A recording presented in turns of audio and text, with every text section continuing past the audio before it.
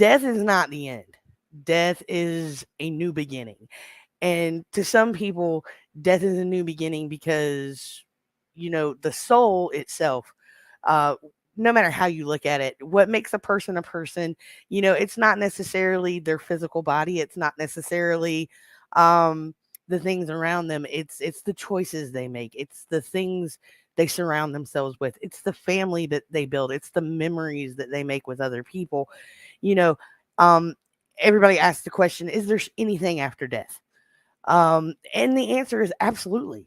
There has to be something after death because the soul, that which makes the person, that which helps them make the decisions, all of this is energy, and that energy goes somewhere. It doesn't just cease to exist. It's somewhere out there. It's around us. It's everywhere. You know, um, death is just the next part of a journey. It's a new chapter. And living life is just preparing you for that transition because there's a reason that the memories that we hold of people are all related to certain things: touch, scent, smell. It surrounds you, it becomes part of what you know. um the That's how I'm going to preface this, because the day that Sandra died was a normal day. It was November, cold, chilly, wind on the branches of trees that had long ago lost their leaves. She passed from this world the same way she had lived in it. Ooh, and now Max is upset. Sorry, guys. Um, she left this world the same way she lived in it. She fought. Um, two different rounds of breast cancer, two mastectomies, chest tubes, life, you know, chemo, radiation. She did it all, and two times she came out on top. But the third time she didn't get so lucky.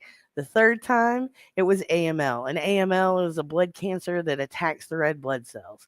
No matter how much radiation or chemo you go through, it is painful, it is hard, and sadly this time the cancer won because there just comes a point where you can't do it anymore.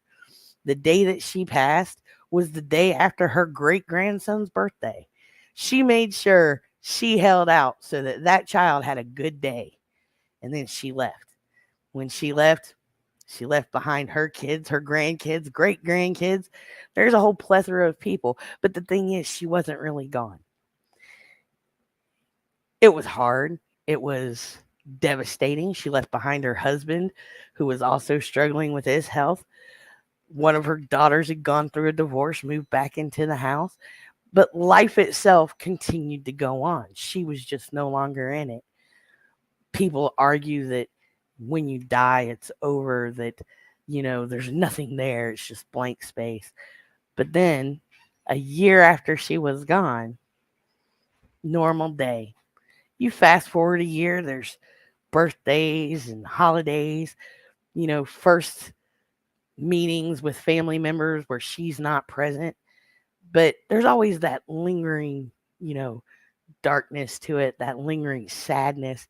There's no more happy laughter. There's no more, you know, gathering out on the porch and talking about your day. There's no more, small little anecdotes about people growing up at night, growing up and, you know, doing things that kids do. There's no more, discussions about deep theology and what comes next.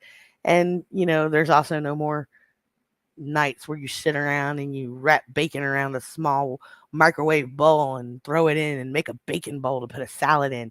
All those things are gone. But, there were the small, subtle hints every once in a while, catching that hint of Vanilla Field's perfume that just drifted through the house for no reason. Or, finding a bag of M&Ms hidden in a drawer that you didn't think you had before. Small little events that take place that you're like, wow, even all this time later, she has a tendency to surprise me. Especially when a figure like this is something so huge in your life. When somebody like that is in your life, the things they do, the things they say, they kind of envelop you. They help shape who you are. You can hear the voice of the people that are in your past when you make a decision going, oh, that's not a good idea. or screaming your voice in that way that kind of says, "What were you thinking?" These things still have a tendency to happen, and it's because they're never really gone. They're not going to be gone. In a way, they're always with you. But it's more than that. They are part of the universe around you. They always will be. So now you fast forward, you've gotten through Christmas, you've gotten through a birthday, you've gotten through Easter, you've gotten through July 4th, and day by day the pain lessens, and day by day you let go a little more. But then comes the day that's the anniversary of the death. You don't realize it, you're not thinking about it. You're going about your normal routine. There's getting the kids off to school, there's getting something out of the freezer to make for dinner. There's taking the dogs out, going to the vet, running to the grocery store. You move along on your day, and there's just a whisper, just a small inkling that something's a little different, a charge in the air that wasn't there before. Sure, it's November. Sure, it's cold. You feel it, but there's more to it than that because now the goosebumps are rising on your skin. Now you feel just that touch of ice that drives across your forearm like something just brushed past you that you didn't see there. And you know it's different, but you're not afraid. And you don't know why you're not afraid, but whatever's here, whatever's happening is something that's supposed to happen. Pick up your kid from the bus stop, you go to the house, turn on the lights, trying to find whatever it is that's causing this feeling. You can't really see it, but you know it's there. Child asks you a question, you send them off to do their homework. You start making dinner. Something simple. Never thought it would grace, the magazine covers or be something special. It's just something that you do by rote every day. It's a meatloaf. Oh, it's fine. Put a little bit of garlic in, mix the meat up, and then again that icy chill returns. Almost like someone saying, "Hey, stop. Pay attention. What's happening?" You pause, hands buried in meat, and you look around. There's no one there. There's no voice. There's nothing to hear. But you stop anyway. You turn to look over your shoulder. The dining room is just the same. There's nothing going on in front of you. What could it possibly be? You don't really know. All of a sudden you think, okay, I'm losing it. It's been a tough year. You're facing all these changes. You don't know what's coming next. Now you're buried with your hands in meat and you're losing your mind because you're hearing things that aren't there. You're seeing things that aren't there.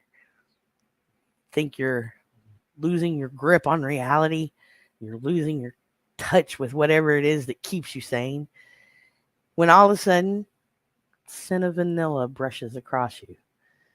You catch that scent, that whiff, and you turn and you look.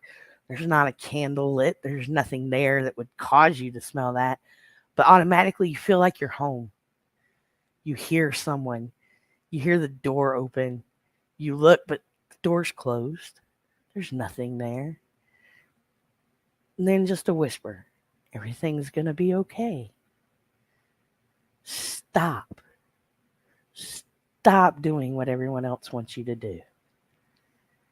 You never did it before. Why are you doing it now? You look around, there's still no one there. But you could swear you hear that voice. You could swear you heard her just over your shoulder. You look around again, she's not there. You finish making dinner. Again, debating your own sanity, wondering if maybe you've just finally lost it. If all the characters you've created over the years in your own little stories or your own little mind have finally taken over and you have snapped in some kind of psychotic peak. But it's quiet. You go, you check on your kid, doing homework, just as happy as a clam. You check your computer, nothing's changed there. Check out the window, no one's outside. Check the radio, it's turned off. But again, you could swear someone was there.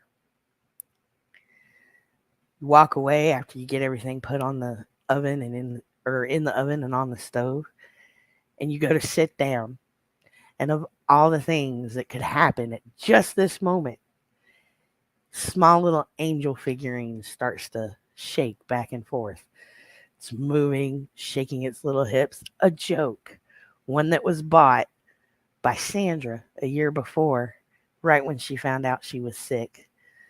She always had a thing for angels. You knew that. But now, this little itty bitty figurine dances back and forth. Little hula dance. You're like, okay, that's strange. It's never done that before. Put your hand on it, stop the motion. Strange as it was, you can kind of dismiss it. It is a movable little figurine after all. But that is when you bring up your Facebook. Everything else in the world, but technology is what technology is. You can't get away from it. It lives in every moment. Yet, how funny is it that when you open your Facebook, the very first thing that pops up on your screen is a video you haven't seen in 10 years, a clip from a movie that very few people have ever watched called The Villain. It's funny because this clip shows Kirk Douglas flipping all across the screen. You know it's fake. You know the actor didn't do it. But that movie was something that you watched with Sandra more than once.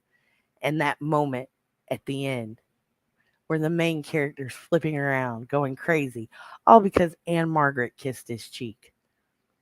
You lose your mind. In what universe would this ever pop up since no one talks about that movie anymore? And there was only one person in your life that found it important. But underneath it, underneath that one clip, that one video that somebody decided to put up on Facebook, is the title, It All Turns Out Okay. So, you be the judge. Is life it, or is death just the next journey that we go on?